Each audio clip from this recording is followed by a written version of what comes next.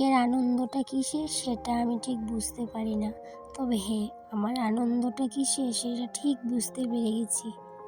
জানো বন্ধুরা, জীবনে চলার পথে অনেক কিছু রিয়েলাইজ করেছি, অনেক কিছু শিখেছি বলবো না, এখনও শিখছি। কারণ শিক্ষার কোনো শেষ নেই। মরার আগ অবধি পর্যন্ত আমরা শিখেই যাব, তারপরেও অনেক কিছু শেখা শেষ হবে না আমাদের জীবনে। নিজের গণ্ডিটা পেরিয়ে যখন বাইরের গণ্ডিতে পা রাখি, তখনই ঠিক বুঝতে পারি যে বাইরের দুনিয়াটা বড্ড কঠিন। বাইরের যে মানুষগুলো আছে, সেই মানুষগুলোর সাথে কিভাবে মিশতে হয়, কিভাবে কথা বলতে হয়, কাকে ঠিক কতখানি কথা বলা যায়, সেগুলো যদি আমরা ভেবেচিন্তে না বলি, ঠিক তখনই আমরা বিপদে পড়ে যাই। কথা শুনতে হয় লোকের কাছ থেকে, এমনও কথা শুনতে হয়, তখন না নিজেকে আর ঠিক রাখা যায় না। জানো বন্ধুরা, অনেক কিছু বলতে ইচ্ছে করে, তারপর আবার ভাবি কাকে বলবো, আর কী বা বলবো, আর কেই বা শুনবে আমার কথা। তবে হ্যাঁ, অনেক ওঠাপড়ার পরেও নিজেকে টিকিয়ে রেখে ভালো থাকাটা বেশ দিব্যি শিখে গেছি। এখন আমি শুধুমাত্র আমার সংসারের কাজেই শান্তি পাই। এই কাজগুলোর মধ্যে না বড্ড সুখ আছে।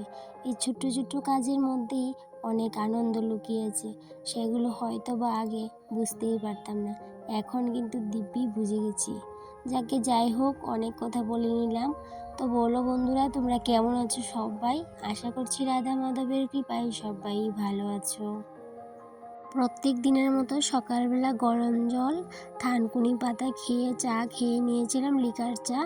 তারপর আগের দিনের মাংসটা জাল দিয়ে নিয়েছি। মাংস তো বেশি ছিল না, একটুই ছিল, সেটাই জাল দিয়ে নিলাম। তারপর হাজব্যান্ডকে ভাত দিয়ে দিলাম। আজকে না ঘুম থেকে উঠতে অনেকটাই লেট হয়ে গেছিলো, তাই জন্য মাথাটাও আঁচড়ানোর সময় পাইনি।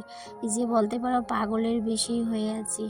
আজকে আবার বৃহস্পতিবার মানে তো বুঝতেই পারছো কত কাজ বাড়িতে, কোনো কাজ করা হয়নি। রান্নাঘরের কাজ বাজি এখনও শেষ হয়নি, আর বাইরের কাজ বাজ তো দূরের কথা।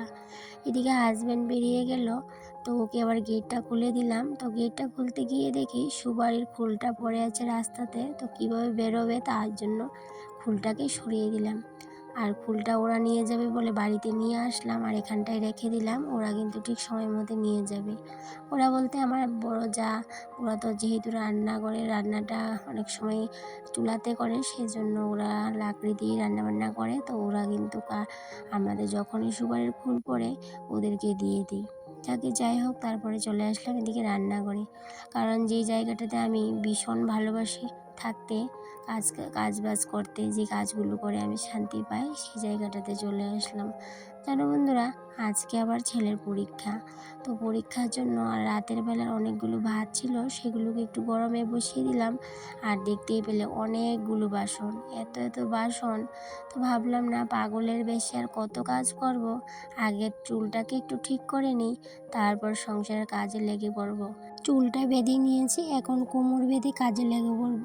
যেহেতু বৃহস্পতিবার, ওই যে বললাম বৃহস্পতিবারে প্রত্যেক গৃহিণীদেরই অনেক কাজ থাকে, বাড়ি করে অনেকগুলো কাজ এক্সট্রা থাকে, সেগুলো আমাদের করতে হয়। আর বৃহস্পতিবারে অন্য দিন আমি কী করি বলো তো? তবে শুধুমাত্র বৃহস্পতিবারেই যে ঘর দুয়ার মুছি তাও কিন্তু না, ওই যে অন্য দিনও আমি কিন্তু খুব সকালবেলায় ঘর দুয়ার মুছে নিই। আর সেই কাজটা যদি আমি সকালবেলা করে নিই, তাহলে কিন্তু অনেকটাই কাজ আমার এগিয়ে থাকে। আর যেই দিনকে সকালে মুছি না, বুঝতেই পারো কতটা অসুবিধা হয়। যেমন আজকে মুছিনি, ওই যে বললাম অনেকটা দেরি হয়ে গেছে ঘুম থেকে উঠতে।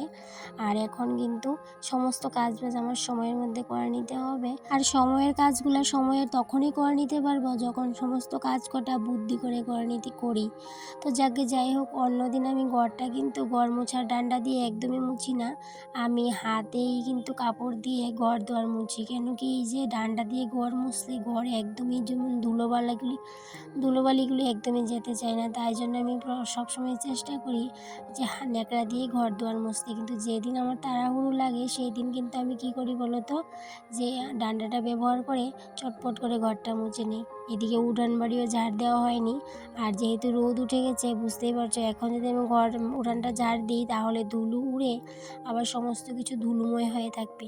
সেই জন্য ভালো করে আগে উঠানটা ভিজিয়ে নিয়েছি। তবে যখনই রোদ উঠলে উঠান ঝাড় দিই আমি কিন্তু একটু জল ছিটিয়ে দিই, তারপর উঠানটা ঝাড় দিলে সেই ধুলগুলো কিন্তু আর উড়ে না। তো এখন চটপট করে উঠানটাও ঝাড় দিয়ে নিলাম। আবার কয়েকটা ভিজে কাপড় গামছা আছে সেগুলোকে একটু রোদে মেলে দেবো, তারপর বাদ বাকিগুলো কাজগুলো করব। এদিকে ছেলের এক্সাম, ছেলের কাছে ভাবলাম একটু গিয়ে বসবো, তো সেটাও কিন্তু আর হচ্ছিল না সময়। অনেকবার চেষ্টা করেছিলাম ওর পড়াগুলি দেখব, তবে মাঝখানে গিয়ে একটু পড়া নিয়েছিলাম, তবে বেশিক্ষণ বসতে পারিনি। আর ওর সামনে ক্যামেরাটা আজকে একদমই নিইনি, যেহেতু ও পরীক্ষা আজকে, ওর সামনে ক্যামেরাটা নিলে ও একটু ডিস্টার্ব হবে সেই জন্য। আর এদিকে এক পর্যায়ে কালকে যখন মাংসটা রান্না করছিলাম আর সন্ধেবেলায় মাংসটা যখন জাল দিতে গেছিলাম তখন সোয়েটারটার মধ্যে না একটু পড়েছিল, সেই জন্য সকাল সকাল সোয়েটারটাও ধুয়ে দিলাম। এদিকে ভাতটা যে গরমে বসিয়েছিলাম সেটাও কিন্তু খুব সুন্দর হয়ে গেছে। আর যেহেতু ভাত আছে তাই জন্য ভাত রান্না করলাম না। যদি ভাতটা এখন রান্না করে নিই দুপুরে খেতে খেতে অনেকটাই দেরি হয়ে যাবে, ছেলে আসতে আসতে 3:30 বেজে যাবে, হাজব্যান্ড আসতে আসতেও বিকেল হয়ে যাবে। তাই জন্য ভাবলাম ভাতটা এখন রান্না করে লাভ নেই। তবে আজকে আবার অন্য একটা জায়গায় নিমন্ত্রণও আছে, সেই জন্য ভাবলাম সেখানে যেহেতু চলে যাব আর ভাতটা এখন করব না, যাবার একটু আগে ভাতটা নামিয়ে দিয়ে যাব। যেহেতু হাজব্যান্ড খাবে আর ছেলে পরীক্ষা থেকে আসলে ওকে নিয়ে যাব। আর কোথায় যাই সেটা তো তোমাদের শেয়ার করবই। আর এদিকে আজকে যেহেতু বৃহস্পতিবার সকালে যেহেতু আমি খাই না, আর যেটুকু ভাত আছে সেইটুকু ভাতও ছেলের ভাত খেয়ে আরও থাকবে, তো তাই জন্য আর ভাতটা রান্না করলাম না। যতই কাজের তাড়াহুড়ো থাকুক না কেন আমি সবসময় চেষ্টা করি আমার এই টিনের ভাঙাচোরা রান্নাঘরটাকে একটু ক্লিন করে রাখার, একটু সাজিয়ে গুছিয়ে রাখার। কম দামি জিনিস হোক, যেহেতু দামি জিনিস নেই, কম দামি জিনিসগুলো দিয়েই রান্নাঘরটা গুছিয়ে পরিপাটি করে রাখি।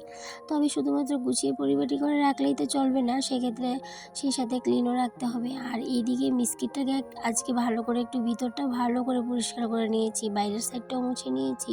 তবে প্রত্যেক দিন যেহেতু হয়ে ওঠে না তাই জন্য ভিতর সাইডটা আজকে অনেক 2-3 দিন পর হয়ে গেছে পরিষ্কার করেছি, তবে ভিতরে অতটাও ময়লা হয়নি। তবে 2-3 দিন অন্তর অন্তর মুছে নিলে কিন্তু সবসময় ক্লিন থাকে। আর এইদিকে মিস্কিটের নিচে অনেকটাই নোংরা হয়েছে, সেটা আর সময় পাচ্ছিলাম না পরিষ্কার করতে, কিন্তু ভাবছি এই কটা দিনের ভিতরে মিস্কিটের নিচটাকেও পরিষ্কার করে নেব। এইভাবেই পরিষ্কার করতে হয়, কারণ কি একদিনে যদি চাই আমি সমস্ত কিছু পরিষ্কার করে নেব সেটা তো সম্ভব না, কারণ সংসারের প্রত্যেকটা কাজ আমি যেহেতু নিজে একা হাতে করি, তাই জন্য একদিনে কিন্তু আমি ভালোভাবে কোনো কিছুই ডিপ ক্লিনটা করতে পারি না। তাই জন্য এই যে বিস্কিট রান্নাঘরটা ভালো করে পরিষ্কার করে মুছে বেরিয়ে চলে আসলাম ঠাকুর ঘরে। যেহেতু আজকে বললাম বৃহস্পতিবার, সময়ের মধ্যে পুজোটা দিতে চেষ্টা করি, কারণ সময়ের ভিতরে পুজোটা দিতে পারলে বেশ ভালোই লাগে। আবার অনেক সময় কি হয় সময়ের ভিতরে পুজোটা দিতেও পারে না, অনেকটা দেরিও হয়ে যায়, তখন আর কিছুই করার থাকে না। আর যেহেতু একা হাতে সমস্ত কাজবাজ করি, আর এইদিকে যেহেতু আমি স্নানটা করে এসে দেখি জলও চলে এসে, তাই জন্য ভাবলাম এই যে তুলসীর বেদিটাকে একটু ভালো করে পরিষ্কার করে নিই। তুলসীর বেদিটাকে না রঙটা যখন করা হয়েছিল তখন ভীষণ ভালো লাগতো, আর এখন যখন অনেক দিন হয়ে গেছে রঙটা যেমন ডিসকালার হয়ে গেছে। তো প্রত্যেক দিন সমস্ত বেদিটা জল দিয়ে পরিষ্কার করতে পারি না, যেহেতু আমাদের সাপ্লাই এক বেলাতেই আসে।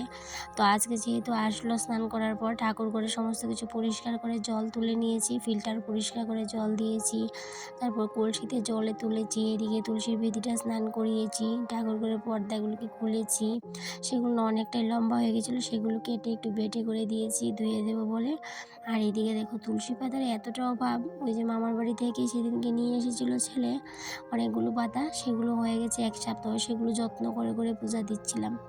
আর এদিকে ছোট্ট একটা চারা সেদিন হঠাৎই চোখে পড়লো এই জায়গাটাতে একটা ছোট্ট চারা, তো সেটাকে একটু ভালো করে যত্ন করছি, সময় হারিয়ে যত্ন করছি বলা যেতে পারে। এখন যখন চারাটাকে দেখেছি সেটাকে একটু ভালো করে যত্ন করতে হবে যাতে করে গাছটা চটপট করে বড় হয়ে যায়। তাই জন্য কিন্তু সকাল বিকাল এই গাছটার মধ্যে জল দিই, আমি দিই বা ছেলেকে দিয়ে দেওয়াই। তারপর এদিকে তুলসীর বেদির সাথে কতগুলো ধন্যা পাতা গাছ দেখলে সেগুলোর মধ্যে একটু জল দিয়ে দিলাম, তারপরে এই সাইডটাকেও একটু ভালো করে পরিষ্কার করে দিচ্ছিলাম।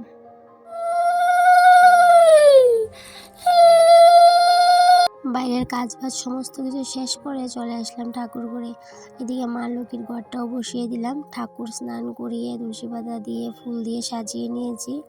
এখন তোমাদের সাথে শেয়ার করব যে সেদিনকে যে এই যে দেখো কতগুলো তুলসী পাতা এনেছে ছেলে, মামার বাড়ি থেকে এনেছে। তো যেহেতু বাড়িতে তুলসী পাতা নেই, তুলসী ঢাল দিয়ে দুদিন পূজা দিচ্ছিলাম, তো ভালো লাগে না যতই নিয়ম হোক যে তুলসী ঢাল দিয়ে পূজা দেওয়া যায়। তারপরে ভাবলাম যেহেতু মামার বাড়িতে আছে তুলসী পাতা অনেক, তো সেই জন্য ছেলেকে পাঠিয়ে অনেকগুলো পাতা নিয়ে আসলাম। এখন বেশ অনেক দিন পাতাগুলোকে যত্ন করে রেখে দিলে অনেক দিন কিন্তু পুজো দিতে পারবো। এদিকে আবার যেতে হবে আরেক জায়গাতে, ওই যে বললাম নিমন্ত্রণ আছে, তো ছেলেও এখনও আসেনি। তো ছেলে আসার আগে রান্নাবান্নাটা কমপ্লিট করে নিই, তারপর ছেলেকে নিয়ে চলে যাব আমাদের বাড়ির পাশেই এক বাড়িতে বৈষ্ণব সেবা আছে, সে বৈষ্ণব সেবাতে যাব। যেহেতু বাড়িতে শাশুড়ি নেই, অনেক সময় চিন্তা করি যদি শাশুড়ি থাকতো হয়তো বা আমাকে আর নিমন্ত্রণ রক্ষা করার জন্য যেতে হতো না। আর এখন যেহেতু বাড়িতে আমি একাই, নিমন্ত্রণ করলে যদি না যাই পাড়ার মানুষের না খুব খারাপ ভাবে ওদেরকে নিমন্ত্রণ করা হয়, ওরা আসে না, কিন্তু সেই ভেবেই অনেক সময় ইচ্ছে না করলেও যেতে হয় যেহেতু বাড়িতে এক্সট্রা কেউ নেই। আর পাড়ার মধ্যে কোনো কিছু হলে হাজব্যান্ডকে তো একদমই পাঠাতে পারি না, সমস্ত নিমন্ত্রণ আমি একাই বলতে পারো নিমন্ত্রণ রক্ষা করি। যাই হোক, কথা বলতে বলতে এদিকে বেগুন পোড়া হয়ে গেছে আর রান্না বান্নাও করে নিয়েছি, যে আবার ভাত করে নিলাম হাজব্যান্ডের জন্য, ডাল, আর এইদিকে আছে শিম বীজের একটা তরকারি যেটা আমার বড় জালের ঘর থেকে দিয়েছিল, আর এইদিকে আছে বেগুন ভর্তা। সমস্ত রান্নাবান্না কমপ্লিট করে ছেলেও চলে এসেছে স্কুল থেকে। তারপরে চলে আসলাম ওই যে পুজো বাড়িতে, এসে দেখে সবাই মোটামুটি বসে গেছে প্রসাদ নিতে। এর আগে একটা পন্তক উঠে গেছে, আমরাই লাস্ট পন্তক। তাহলে বন্ধুরা আজকে এখানেই বিদায় নিই, আবারও দেখা হবে তোমাদের সাথে পরবর্তী কোনো একটা ব্লগে। ততক্ষণে তোমরা ভালো থেকো, সুস্থ থেকো, টাটা।